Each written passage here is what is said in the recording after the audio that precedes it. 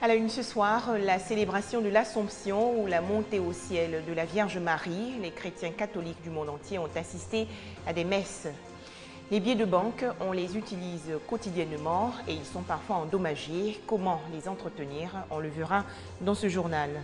Affaire Michael Brown aux États-Unis, le nom du policier qui a abattu le jeune noir le 9 août dernier a été rendu public.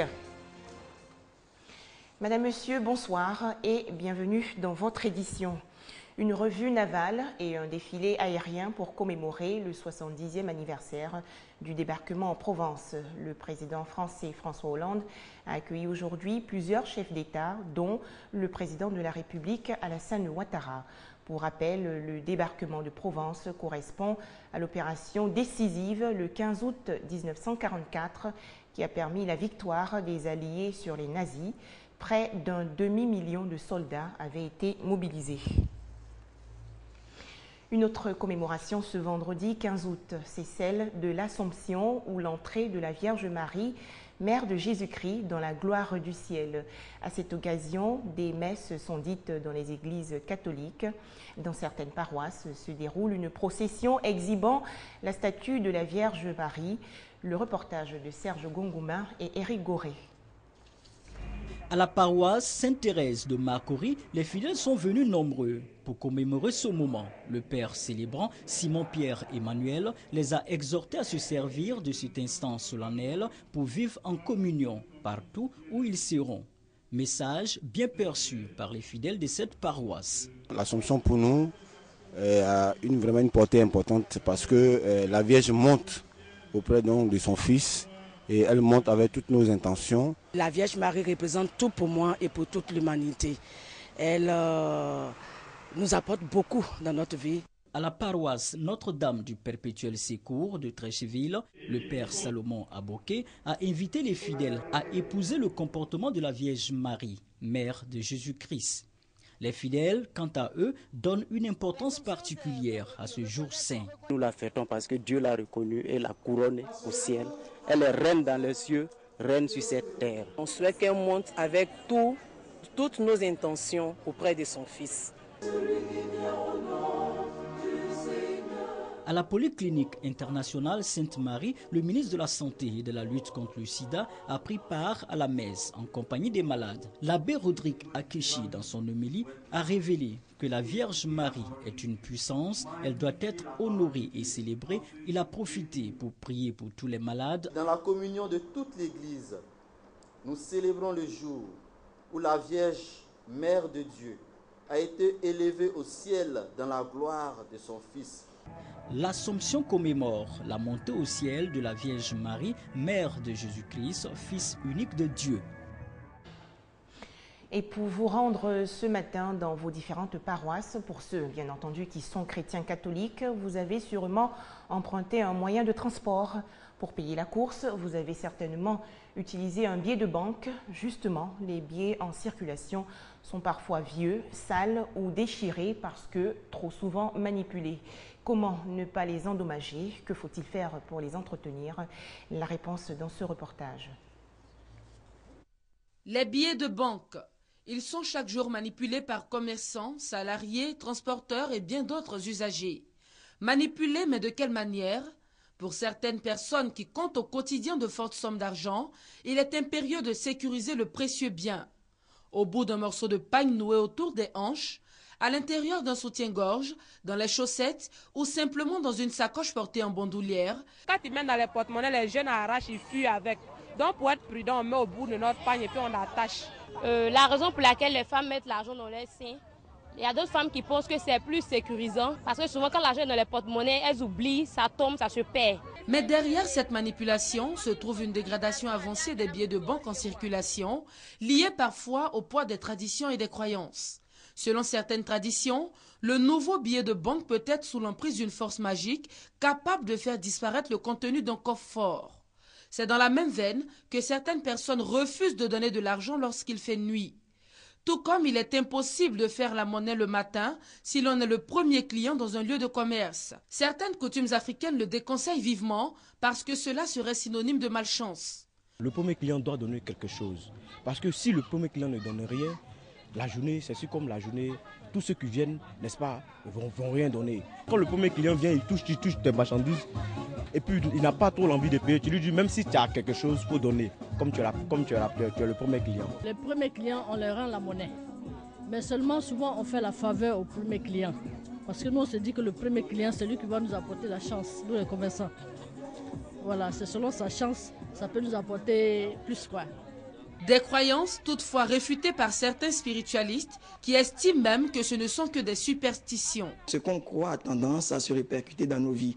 Comme je peux croire que de recevoir le guano, les excréments d'un oiseau sur la tête pourra me donner de l'argent. C'est des croyances qui ont été développées et qui finissent par devenir vraies pour nous parce qu'on y croit. Donc ce n'est pas le fait de croire dans le fait de froisser de l'argent qui fait que nous allons avoir beaucoup d'argent, ça n'a rien à voir. Mais ce qu'il est plus juste de dire, c'est que le fait de traiter l'argent avec respect nous permet effectivement d'honorer Dieu à qui l'or et l'argent appartiennent. Voilà qui est clair. L'argent ou le billet de banque mérite tout simplement un meilleur traitement de la part de ceux qui l'utilisent, car il demeure un bien précieux public.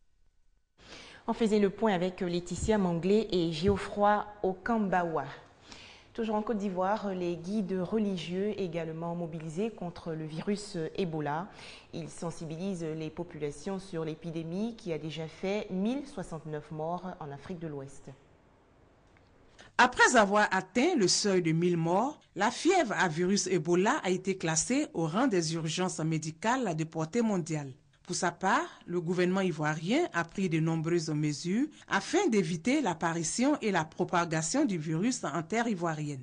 Entre autres mesures, éviter de se serrer les mains ou de se faire des accolades. Sur le terrain, le constat est tout autre. C'est vraiment difficile de respecter parce que nous sommes dans un pays où on ne peut pas faire 2 secondes sans se toucher avec le bus que nous empruntons. Mis en contribution, les guides religieux appellent les uns et les autres au strict respect de ces mesures. Pour éviter la propagation de cette maladie qui menace non seulement notre zone, mais j'allais dire le monde entier.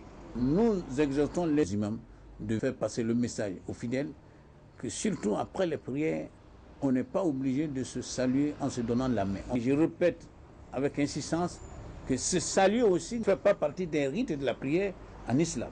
La menace est réelle. Qu'Allah nous protège tous et qu'Allah nous éloigne cette maladie. J'interpelle les fidèles, les enfants de Dieu, leur dit que c'est une réalité, il ne faut pas nier surtout l'existence de la maladie et il ne faut pas aller l'embrasser parce qu'on a une couverture spirituelle. Faisons confiance à Dieu, mais en même temps, on peut l'éviter en observant les mesures. Il n'existe toujours pas de vaccin pour prévenir cette maladie, sauf un traitement expérimental qui n'est pas encore répandu. Le respect de ces mesures est le seul moyen d'éviter au mieux cette épidémie. Les populations ouest-africaines réagissent également face à l'épidémie de fièvre Ebola, par exemple à Kandopleu, petit village de l'ouest de la Côte d'Ivoire et frontalier au Libéria. Les habitants, notamment les restaurateurs, respectent les mesures préventives recommandées par les autorités sanitaires. Le visiteur est toujours le bienvenu à Kandopleu, petit village du nord-ouest de Côte d'Ivoire. Il y a toujours des chants et des danses pour l'accueillir. Mais depuis que l'épidémie d'Ebola sévit en Afrique de l'Ouest, le cœur n'est plus à la fête. Kandopleu est situé à quelques kilomètres de la frontière avec la Guinée et pas très loin du Libéria, 2 pays durement touchés par la maladie. Ici, malgré les apparences, les gens ont peur. On m'a dit que ce virus transmet une maladie, une très sale maladie, qui même vous fait transpirer de sang. Alors cela me fait beaucoup peur. Et même, j'ai demandé à mes enfants qui vont dans les friches, dans les champs, de se garder, de nous envoyer des animaux sauvages. La viande de brousse peut être vecteur de la maladie et les habitants de Kandopleu n'en consomment plus depuis quelque temps. Une restauratrice fait même la leçon à ses clients. Arrêtez de manger de la viande de brousse. Arrêtez de saluer les gens, n'importe qui, même que ce soit votre maman. Arrêtez de les serrer les mains. Au début, on pensait que c'était faux. Mais de la manière on apprend dans les autres pays que vraiment ça tue. Et si ça a tué ton parent, on le brûle. Vraiment, ça fait très mal. Les habitants de Candombleu se mobilisent pour empêcher qu'Ebola arrive chez eux, mais ce n'est pas facile.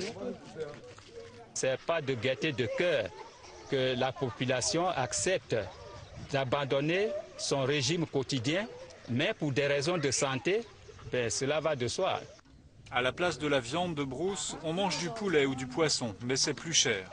La menace Ebola a des conséquences sur la vie économique, comme pour Josiane, qui fait le commerce de produits cosmétiques. Avant, moi j'achetais mes produits en Guinée pour venir vendre de village en village. Mais puisque depuis ils ont annoncé la maladie Ebola, ils ont fermé aussi les frontières. Donc, je fais mes achats en Côte d'Ivoire ici. Les bénéfices ne sont pas tels qu'avant. C'est dur. Pour l'instant, aucun cas avéré de fièvre Ebola ne s'est produit sur le territoire ivoirien et les habitants de Candombleu sont bien décidés à ce qu'il en soit ainsi jusqu'à la fin de l'épidémie. Les préparatifs des 43e assises de l'Union internationale de la presse francophone vont bon train. L'UPF, section Côte d'Ivoire, a organisé récemment une assemblée générale d'information. Au menu, le renouvellement des instances dirigeantes nationales, la distribution des cartes de membres et les conditions de participation aux travaux de Dakar. Boko Haram a encore frappé au Nigeria. La secte islamiste a enlevé des dizaines de personnes dans des communautés de pêcheurs dans le nord-est du pays. Selon des témoins, certains otages auraient été embarqués sur des bateaux qui ont traversé le lac Tchad. Le nouveau chef du gouvernement centrafricain, Mahamat Kamoun, a pris officiellement ses fonctions hier à Bangui. La cérémonie de passation de pouvoir a eu lieu à la primature en présence du Premier ministre sortant André Zapayeke. Entrée en fonction du nouveau Premier ministre centrafricain dont la nomination est toujours contestée par l'ex-coalition rebelle Séléka. Spécialiste des finances, Mahamat Kamoun réaffirme son intention de travailler dans la lignée de la feuille de route de la transition. Une feuille de route déjà mise en œuvre par son prédécesseur dont il salue l'œuvre. Les actions que vous avez entreprises en si peu de temps ont permis des avancées positives à partir desquelles notre pays peut croire et espérer en l'avenir. La présidente de la transition, Catherine Samba-Panza, a aussi rendu hommage au Premier ministre sortant, André Zapayeke. En image, l'Ukraine inspecte le convoi humanitaire envoyé par la Russie. Les 59 douaniers et gardes-frontières ukrainiens travaillent avec leurs homologues russes en vue de donner leur feu vert au passage de près de 300 camions d'aide humanitaire destinés aux populations de l'Est du pays, en proie à de violents combats entre forces régulières ukrainiennes et séparatistes pro-russes. En Irak, Nouri al-Maliki renonce officiellement à son poste. Le Premier ministre sortant a finalement accepté de céder le pouvoir sous la pression de la communauté internationale. Les Nations Unies saluent sa décision. La décision d'abandonner le pouvoir du Premier ministre irakien sortant, Nouri al-Maliki, 3 jours après la nomination d'un nouveau Premier ministre, est un grand pas en avant selon les Américains. L'ancien et le nouveau Premier ministre irakien sont apparus côte à côte à la télévision. La Maison-Blanche avait multiplié les appels à al-Maliki de céder sa place à son successeur afin de lui permettre de rassembler le pays face aux agressions des islamistes. Aux États-Unis, les suites de l'affaire Michael Brown, le jeune Afro-Américain tué le 9 août dernier par la police. Le nom du policier a été rendu public. La police locale et la police fédérale ont lancé une enquête sur le meurtre, à propos duquel les récits diffèrent. Malgré les appels au calme de Barack Obama, la tension ne faiblit pas à Ferguson, dans le Missouri, contre les brutalités policières, après la mort d'un jeune noir de 18 ans, Michael Brown, abattu samedi dernier dans des circonstances controversées. Un autre jeune noir non armé, Ezel Ford, 25 ans, souffrant de troubles mentaux, a été tué par la police en début de semaine à Los Angeles. Les associations locales ont manifesté dans les rues de cette ville californienne pour protester contre les brutalités policières. Des tracts hostiles à la junte thaïlandaise malgré le climat de répression. Ces imprimés ont été déversés aujourd'hui devant le siège de l'armée. Cette action intervient au lendemain de la condamnation d'un opposant thaïlandais par un tribunal militaire. Et voilà, c'est fini pour l'actualité de ce jour. À demain, toujours sur RTI2.